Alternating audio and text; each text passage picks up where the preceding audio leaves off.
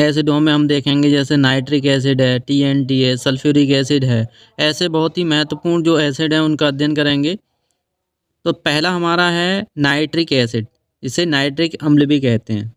तो इसका जो यूज है वो अम्लराज बनाने में, किसको बनाने में? अम्लराज बनाने में इसका उपयोग किया जाता है। जो एसिड रेन होता है, एसिड रेन में जो SO2 पिछली क्लास में हमने बताई थी आपको कि जो सल्फ़र डाइऑक्साइड गैस होती है और जो NO2 होता है, ये दोनों ही जल के साथ अभिक्रिया करके जो SO2 है वो तो H2SO4 बनाता है। क्या बनाता है? H2SO4 sulphuric acid. और जो NO2 है वो HNO3 ये नाइट्रिक एसिड का निर्माण करता है। तो ये दोनों ही एसिड रेन में सहायक होती हैं। ये गैसें हैं SO2 और NO2, ठीक है। और HNO ये होते हैं, ये विस्फोटक तत्व बनाने में इनका उपयोग किया जाता है। HNO3 बहुत सारे जो विस्फोटक पदार्थ होते हैं उनके बनाने में इसका उपयोग किया जाता है। इसका बहुत ही अच्छा उदाहरण आप देखेंगे, जो आप TNT देख रहे हैं इसकी फुल फॉर्म होती है ट्राई नाइट्रोटोल्यूइन। तो ट्राई नाइट्रोटोल्यूइन का जो फार्मूला होता है वो C3H5N3 होता है। तो TNT बनाने में भी हम HNO3 का उपयोग करते हैं, क्योंकि इसके नाम से ही आपको पता चला होगा कि इसमें ट्राई नाइट्रो के कितने अणु हैं? 3 हैं, टोल्यूइन। तो TNT बनाने में किसका यूज करते हैं हम? HNO3। अब आगे देखते हैं, TNT की खोज की बात करेंगे, यानी कि TNT की खोज किसने की। तो सबसे पहले देखते हैं TNT की खोज किसने की। तो जोसेफ बिल्ब्रंट एक वैज्ञानिक थे, इनके द्वारा TNT की खोज की गई थी। अब इसी के साथ एक और विस्फोटक देखेंगे, जैसे RDX। आप बहुत सारे न्यूज़ में देखते होंगे कि उस जगह कश्मीर में किसी जगह RDX मिला था, या RDX में विस्फोट हो गया था। तो RDX है क्या? तो इसकी खोज किसने की? सबसे पहले खोज देखेंगे तो जो हैनिंग एक वैज्ञानिक थे, इनके द्वारा RDX की खोज की गई थी। क्लियर? और RDX की फुल फॉर्म क्या है? इसको बोलते हैं रिसर्च डिपार्टमेंट एंड एक्सप्लोसिव, ठीक है। इसका जो फॉर्मूला होता है वो होता है C3H6N6 एंड O6। अगर इसको केमिकल फॉर्मूला के अंतर्गत इसको देखोगे तो इसका जो एक्चुअल में जो नाम है केमिकल फार्मूला में, उसको बोलते हैं साइक्लोट्राइनाइट्रो। नाइट्रो के कितने अणु हैं? इसमें भी 3 है, साइक्लोट्राइनाइट्रो मिथाइल ट्राइनाइट्रो एमाइन, ठीक है। उसके बाद एक महत्वपूर्ण अम्ल देखेंगे जिसे लैक्टिक अम्ल कहते हैं। क्या कहते हैं? लैक्टिक अम्ल। लैक्टिक अम्ल के बारे में आप जानते होंगे कि जो लैक्टिक अम्ल होता है ये दही में पाया जाता है, और बनाता कौन है? जो दूध होता है, उससे दूध से दही बनाने में हम लैक्टोबैसिलस बैक्टीरिया का उपयोग करते हैं। वो दूध की प्रोटीन जो होती है उसको लैक्टिक एसिड में वो कन्वर्ट कर देता है। तो दूध का जो मीठापन होता है, क्वेश्चन बनता है दूध का मीठापन किसके कारण होता है, या उसमें क्या होता है? तो दूध का जो मीठापन होता है वो कार्बोहाइड्रेट के कारण होता है। और जो कार्बोहाइड्रेट वो किस प्रकार का होता है? वो लैक्टोज प्रकार का एक कार्बोहाइड्रेट है। तो दूध के अंदर कौन सी शर्करा पाई जाएगी? तो आप बताएंगे दूध के अंदर कौन सी होती है? लैक्टोज होती है। जबकि फलों में क्या होती है? उसमें हम बोलते हैं फ्रक्टोज। क्या बोलते हैं? फ्रक्टोज। दूध के अंदर क्या होती है? लैक्टोज। और वहीं फलों के अंदर जो शर्करा का नाम है उसे फ्रक्टोज बोलते हैं। ये जो ग्लूकोज के समकक्ष होता है, ठीक है। तो आपको इतना जाना है। इसके बाद आपको और ध्यान देना है कि जो बच्चों में ज़्यादातर कौन सा एंजाइम होता है, यानी कि बाल्यावस्था में हमारे शरीर में कौन सा एंजाइम होता है जो जब हम 10-12 साल से बड़े हो जाते हैं तो उस एंजाइम की हमारे शरीर में कमी हो जाती है। तो वो उस एंजाइम का नाम है रेनिन। इसी एंजाइम के कारण जो छोटे बच्चे हैं वो दूध को आसानी से पचा लेते हैं, ठीक है। अब हम देखते हैं आगे। अब लैक्टिक एसिड के बारे में जानते हैं। तो जो लैक्टिक एसिड होता है वो दही में पाया जाता है। क्रीम एवं लोशन बनाने में इसका उपयोग करते हैं।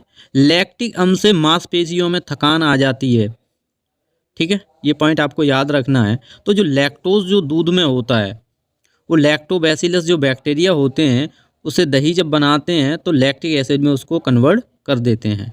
और जो दूध होता है मिल्क के अंदर एक एंजाइम जो पाचन में काम आता है वो रेनिन एंजाइम होता है। और रेनिन एंजाइम जो मिल्क के अंदर जो लैक्टोज शर्करा होती है उसको किस में कन्वर्ट कर देता है? कैसीन प्रोटीन के अंदर उसको बदल देता है, जिससे जो पाचन है वो आसानी से हो जाता है, ठीक। इसके साथ आगे देखते हैं। अब एक इम्पोर्टेंट हम फिर एसिड देखेंगे जिसे ऑक्जेलिक अम्ल कहते हैं। सबसे पहले आपको फार्मूला जानना है। तो इसका फार्मूला क्या है? C2H2NO4। ये ऑक्जेलिक अम्ल का फार्मूला होता है। जो ऑक्जेलिक अम्ल होता है ये टमाटर के बीज में पाया जाता है, पालक में भी इसको जानते हैं कि पालक के अंदर भी क्या पाया जाता है, ऑक्जेलिक अम्ल पाया जाता है। आपने देखा होगा जो ऑक्जेलिक अम्ल है, जो रस्ट या जंग के दाग होते हैं इनको हटाने में इसका उपयोग करते हैं। ऑक्जेलिक अम्ल जो होता है, ऑक्जेलिक अम्ल कैल्शियम के साथ अभिक्रिया करके कैल्शियम ऑक्जेलेट बना देता है, और ये कैल्शियम जो ऑक्जेलेट है इसका फॉर्मूला होता है CaC3S6O6। ये किसका फॉर्मूला होता है, पथरी जो ऑक्जेलिक अम्ल से बनी होती है।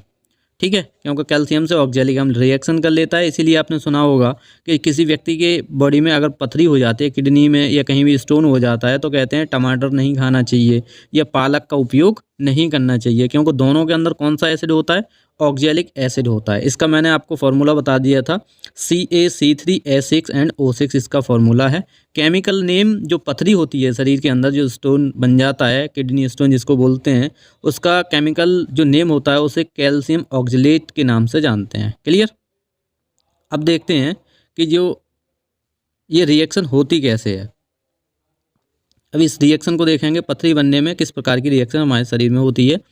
तो हमारे शरीर में जो एक्सेस कैल्शियम होती है, यानी कि जो खून के अंदर, हमारे खून में क्या होता है, कैल्शियम होता है ब्लड के अंदर कुछ परसेंट में, जो खून के अंदर कैल्शियम होता है, और हम बाहर से क्या खा रहे हैं, पालक या टमाटर। तो पालक या टमाटर जो हम खाते हैं उसमें क्या होता है, ऑक्जेलिक एसिड होता है। तो ऑक्जेलिक एसिड और जो ब्लड की एक्सेस कैल्शियम होती है, ये दोनों ही मिलकर एक स्टोन के रूप में मतलब एक स्टोन बना देते हैं, जिसे हम कैल्शियम ऑक्जेलेट या पथरी बोलते हैं। तो पथरी कहाँ कहाँ फाउंड होती है ये भी जान लेते हैं। तो ये गुर्दा या ब्रक, किडनी के अंदर एक तो पथरी होती है, दूसरी आपने सुना होगा कि जो पथरी होती है वो गॉल ब्लैडर में, 99% गॉल ब्लैडर में, फेफड़ों में यानी कि लंग्स में भी हो जाती है, और लीवर में भी। इन जगहों पर आपने पथरी सुना होगा। और अब कैल्शियम की बात करें आप, तो जो कैल्शियम होता है, कैल्शियम हमारे हड्डियों के निर्माण में, दांत के निर्माण में, नाखून जो होते हैं, बाल होते हैं, इन सब में कैल्शियम पाया जाता है। यानी कैल्शियम निर्माण से ही इनका निर्माण होता है। कैल्शियम बॉडी में ज़्यादा होगी तो ये सारी चीज़ें आपकी स्वस्थ और मजबूत होंगी। जैसे हड्डियाँ मजबूत आपकी मिलेंगी, कैल्शियम अगर कम हो जाएगा तो हड्डियाँ कमज़ोर हो जाती हैं। ठीक है, इसके बाद अब हम आगे देखते हैं। नेक्स्ट है ऑक्जेलिक एसिड। नेक्स्ट कौन सा एसिड है, ऑक्जेलिक एसिड। तो ऑक्जेलिक एसिड जो ब्लड बैंक होता है, ब्लड बैंक को प्रिवेंट यानी कि सुरक्षित रखने के लिए हम इस एसिड का यूज़ करते हैं। इसमें जो केमिकल्स देखेंगे वो सोडियम ऑक्जेलेट होता है। ब्लड को प्रिवेंट या ब्लड को सुरक्षित रखने के लिए जो केमिकल इस्तेमाल करते हैं उसे सोडियम ऑक्जेलेट बोला जाता है। ये ब्लड को जमने नहीं देता है। ठीक है, ये किसको जमने नहीं देता है, ये ब्लड, खून को जमने नहीं देता है। नेक्स्ट हम एसिड देखेंगे, वो है हमारा कार्बोनिक अम्ल। कौन सा है, कार्बोनिक अम्ल। इसको H2CO3 भी बोलते हैं।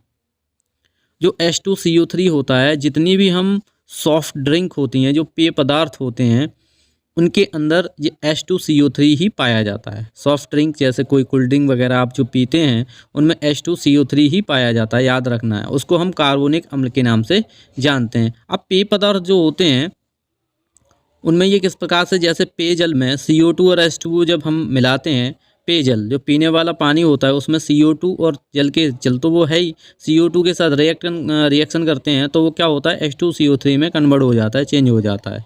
आगे देखते हैं। नेक्स्ट हमारा एसिड है वो टार्ट्रिक एसिड है। आप जानते हो टार्ट्रिक जो एसिड है ये इमली में पाया जाता है। क्वेश्चन आता है टार्ट्रिक एसिड कहाँ पाया जाता है, किसमें, किन फलों में पाया जाता है, तो बताएंगे आप ये इमली में पाया जाएगा। फॉर्मूला इसका क्या होता है, तो फॉर्मूला आप बताएंगे C4H6NO6 इसका फॉर्मूला होता है टार्ट्रिक एसिड। एसिटिक एसिड की बात करें तो एसिटिक एसिड का फॉर्मूला CH3COOH होता है। एसिटिक जो एसिड होता है ये सिरका में पाया जाता है, जिसको छिरका बोलते हैं, उसमें कौन सा एसिड होता है, एसिटिक एसिड होता है। इसका काम क्या होता है, ये जो खाद्य सामग्री होती हैं, जैसे आप अचार वगैरह में सुनते होंगे कि छिरका डाल देते हैं, वही जो सिरका होता है वही क्या होता है, एसिटिक अम्ल होता है। लेकिन प्योर एसिटिक एसिड नहीं होता है, आपको याद रख लेना है, ये प्योर एसिटिक एसिड नहीं होता है। पहली बात ये क्या होता है, जो एसिटिक एसिड होता है उसी एसिटिक एसिड में ये 95% या 93% समथिंग क्या मिला दें, हम पानी मिला दें, और 5 से 7% यदि एसिटिक एसिड मिला दें तो उसको हम सिरका बोल सकते हैं। इसका जो pH वैल्यू होता है वो 3 होता है। ठीक है, आपको पता है कि 7 होता है वो न्यूट्रल होता है, 7 से 0 तक एसिड होते हैं और 7 से 14 तक क्या होते हैं, ये बेस होते हैं, आपको याद रखना है। उसके बाद हम सिट्रिक अम्ल जानते हैं। सिट्रिक अम्ल का जो फॉर्मूला होता है C6H8O7 होता है। जो सिट्रस फ्रूट होते हैं वो खट्टे फलों को बोला जाता है, जैसे संतरा हो गया, नींबू हो गया, अंगूर, आंवला, इनमें क्या होते हैं, सिट्रिक एसिड पाया जाता है, ये खट्टे फलों में पाया जाता है। क्लियर हुआ? यहाँ पे खट्टे फलों में क्या पाया जाएगा, सिट्रिक एसिड, उसका फॉर्मूला भी हमने आपको बता दिया। इसमें आपने देखा होगा कि जो दूध होता है, गाय का दूध, वो पीला होता है। पीला किसके कारण होता है, तो इसमें राइबोफ्लेविन पिगमेंट एक होता है, इसके कारण जो दूध का रंग होता है वो कैसा होता है, पीला होता है। किसके दूध का, तो आप बताएंगे गाय के दूध का। और मैलिक एसिड के कारण दूध का स्वाद कैसा होता है, मीठा होता है, पहले ही हम डिस्कस कर चुके हैं। जो सिट्रिक एसिड होता है इसका जो पीएच होता है 2 से 2.5, इसके कारण ये कैसे होते हैं, ये खट्टे होते हैं। आपको पता है कि जो अम्ल होते हैं वो स्वाद में कैसे होते हैं, हमेशा खट्टे होते हैं, SOUR सौर, यानी कि कैसे होते हैं ये स्वाद में खट्टे, इनका टेस्ट कैसा होता है, सौर होता है। क्लियर हुआ? आगे देखते हैं हम, एक यहाँ पर बहुत ही इम्पोर्टेंट बेस है जिसको आप जानते हो। जैसे केक बनाने में आपने सुना होगा कि बेकिंग सोडा या खाने का सोडा का यूज़ करते हैं। खाने का सोडा का जो स्वाद होता है वो कड़वा होता है, इसको कड़वेपन को कम करने के लिए हम क्या करते हैं, उसमें एक एसिड होता है जो अभी हमने पढ़ा था, टार्टिक एसिड, इसका उपयोग